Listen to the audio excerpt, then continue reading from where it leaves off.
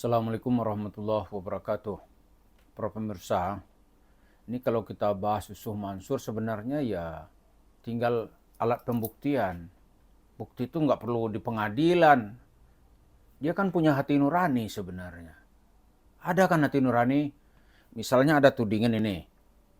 Tahun 2009 kata Yusuf Mansur dan kata istrinya, di rumah itu belum ada WC. Itu artinya apa secara ekonomi?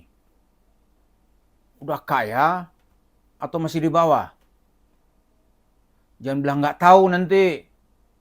Terus kata istrinya pada tahun itu kami masih diuber-uber oleh debt collector. Dikejar-kejar polisi. Karena ya ada tagihan melarikan motor, melarikan mobil. Itu ibu-ibu yang dia larikan 3 mobilnya dijual. Dikejar-kejar. Terus artinya udah kaya raya gitu. Ya kan? Kan belum. Jangan kayak ada seorang pengurus pesantren ditanya aja nggak bisa jawab gitu. Bagaimana Pak Yai gitu orang. Itu ada orang yang menyebut belajar kepada satu orang Habib yang bahlul. Itu lebih baik daripada belajar kepada 70 kiai-kiai hebat yang alim wal amil. Berilmu. Gimana pakai benar nggak itu? Menyatakan benar aja dia nggak sanggup gitu. Kenapa? Karena memang kita ini secara logika tuh diajar untuk berlogika tidak sehat. Karena itulah tempat bersemayamnya para pembohong, para penipu gitu. Saya kalau ketemu orang-orang bule lu ketika hati di LSM lu tuh dia nggak habis pikir kok ada ya negeri ya katanya. Orangnya katanya punya semangat jihad. Tapi bisa dijajah oleh negeri kecil Belanda gitu. Yang penduduknya itu 10% dibanding penduduk di negara kita. Ya kan? Ketika itu penduduk Belanda 5 juta, dia bisa menguasai yang 70 juta. Terakhir ada lagu Omai Rama, 135 juta. Orang Belanda di satu baru 14 juta gitu. Tapi itu kalau bukan karena ada tekanan dunia internasional, secara quote and quote ini orang non muslim, kalau dia bukan menekan Belanda habis-habisan, nggak akan bisa ngusir Belanda. Kenapa? Mental orang kayak tadi itu. Untuk menjawab iya atau enggak aja ya anu pak. Gimana anu apa?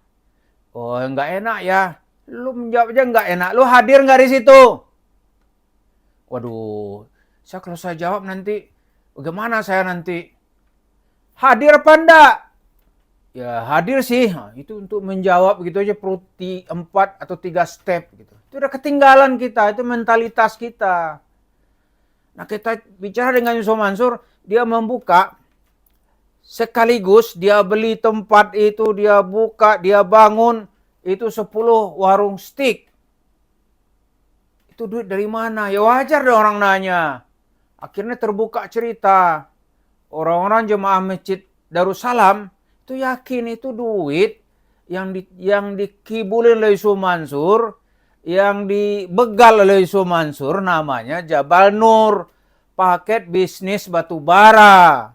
Yang bisnisnya nggak pernah jadi, Yusuf Mansurnya kabur. Gitu.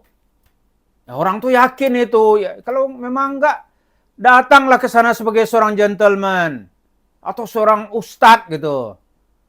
Bukan orang berbaju ustadz lalu menipu orang-orang jujur-jujur ini. Orang yang berpikirnya ikhlas-ikhlas ini. Dia membawa cerita-cerita angin surga supaya orang yang masa lalu pernah berdosa tuh diringankan gitu. Ada amal bisa berkhidmat, ada amal dari usaha. Itu Darul Quran bisa tertolong. Setiap orang menghafal Al-Quran dia dapat pahala. Begitu pikiran orang itu. Maka segala syarat administrasi itu di nomor 2 kan atau disampingkan gitu. Gitu. Nah sekarang kalau memang ya itu enggak, dia nggak ditangkap polisi ya itu soal lain. Itu soal lain. Itu di luar apa kita untuk memaksa aparat negara itu kan kita nggak punya kekuasaan. Ada yang mengatakan kalau Mang kan hebat dia tuh dituntut berkali-kali dia tetap eksis. Memang si Ucup eksis, tapi suara orang tuh masa dia nggak mau tahu gitu. Dia kan bisa bertanya kepada hati nuraninya, ini benar nggak nih duit nih gue timpe dulu nih gitu. Iya kan? Jangan dikit mencoba mencari alibi. Larilah ke apanya? Ada kiai-kiai tertentu yang mungkin ya. Kita nggak tahu juga, mungkin dia satu mazhab dengan dia gitu. Itu lalu kemudian cerita-cerita yang nggak masuk di akal orang. Ya kan? Cerita ketemu bicara sama Tuhan. Cop, lu tahu Cop kenapa lu rugi? Alah, nggak ada di dunia ini seseorang makhluk bisa berbicara langsung dengan Khalik. Dalam Al-Quran hanya Musa disebut wa kallamallahu Musa taklima. Allah berbicara kepada Musa. Ya kan? Itu dia cerita ini. Seolah-olah dia itu orang yang tidak akan dihisap di hari akhirat. Ini kan ngeri nih pekerjaan gini nih. Demi menambah itu tumpukan uang. Lalu membangun usaha seolah-olah ini bisnis. Di warung steak and shake. Dia bercerita yang aneh-aneh. Dialah yang diperkenalkan oleh malaikat Jibril kepada Nabi Muhammad. Kan ngeri sekali itu. Malaikat Jibril mengenal ini orang sebagai wali yang banyak menerima mukjizat. Gitu kan.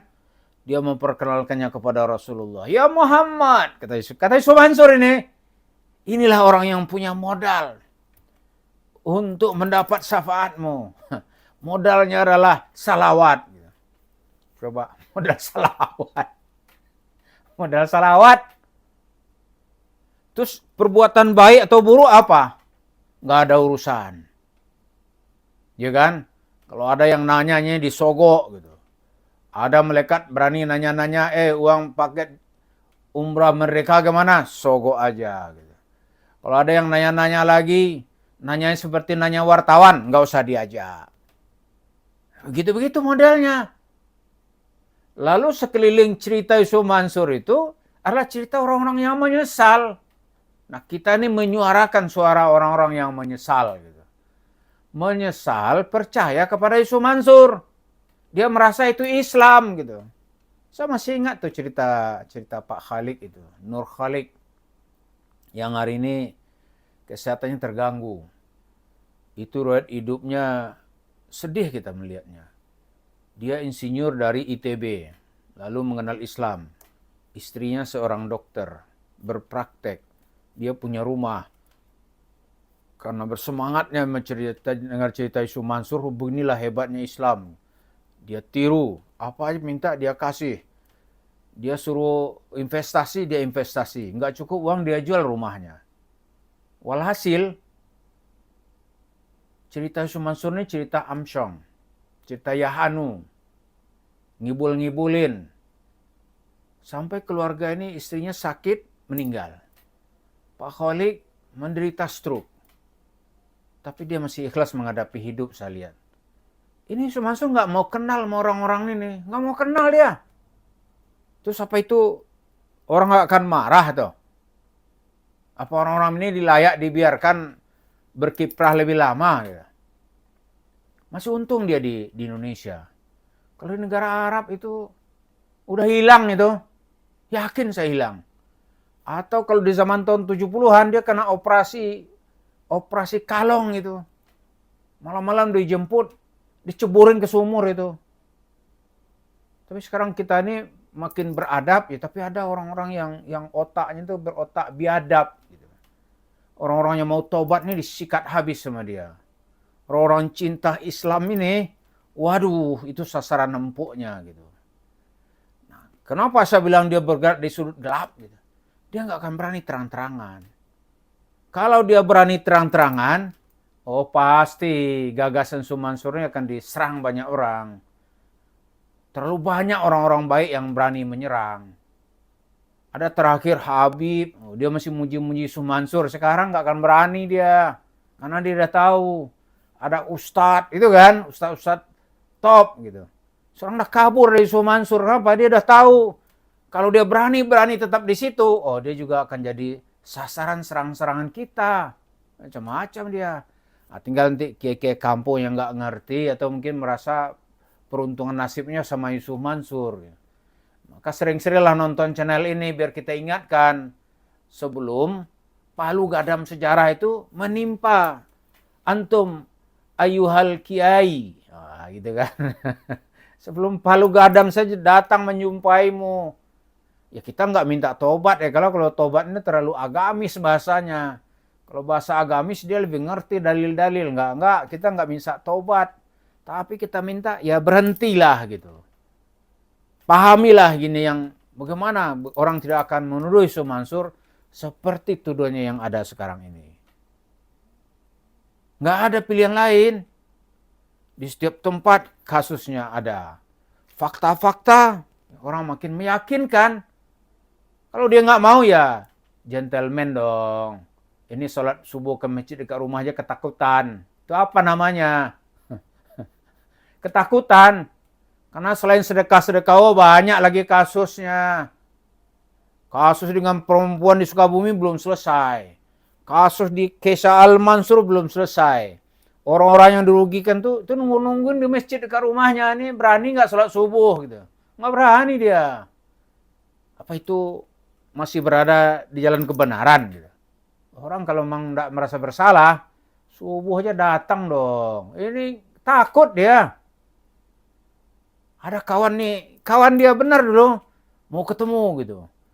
Wah itu lama itu dijawab. Akhirnya ditentukan satu tempat gitu. Yang nentuin nggak bisa teman ini, harus si Yusuf ini, si Ucup ini. Begitu udah ditentukan, dia udah masuk duluan, dia blok itu tempat ruang tertentu, udah tuh baru dia bilang, aneh udah di dalam Ji. Gitu. Orang nggak tahu kapan dia datang gitu. Dia cerita sama saya nih, Pak, begitu kita lihat dia pulang, rupanya dia tuh dengan mobil khusus gitu. Dan ada four-wheeler di depan dan di belakang. Orang-orang bilang nih pejabat dari mana ini? Taunya siapa ini yang bawa lari uang jemaah masjid. Orang-orang yang ngepret apa orang Betawi bilang itu paket umrah, orang-orang umrah yang niat mau tobat kepada Allah itu dia sikat habis gitu. Nah, itulah faktanya. Sekarang kalau saya bilang oh enggak ada fakta ya muncullah. Itu ada 7.426 orang, enggak tahu berapa orang yang masih hidup, anak-anaknya juga menuntut, ya selesaikanlah gitu. Ini jangan bilang-bilang gibah, ya enggak ngerti ini orang apa yang dimaksud dengan gibah gitu. Ya udah, ini pertanyaan-pertanyaan orang kalau nggak mau disebut sebagai seorang penggarong sedekah, pembegal sedekah, gitu. Cerita omong kosong, bullshit dan lain-lain. Terima kasih. Assalamualaikum warahmatullahi wabarakatuh.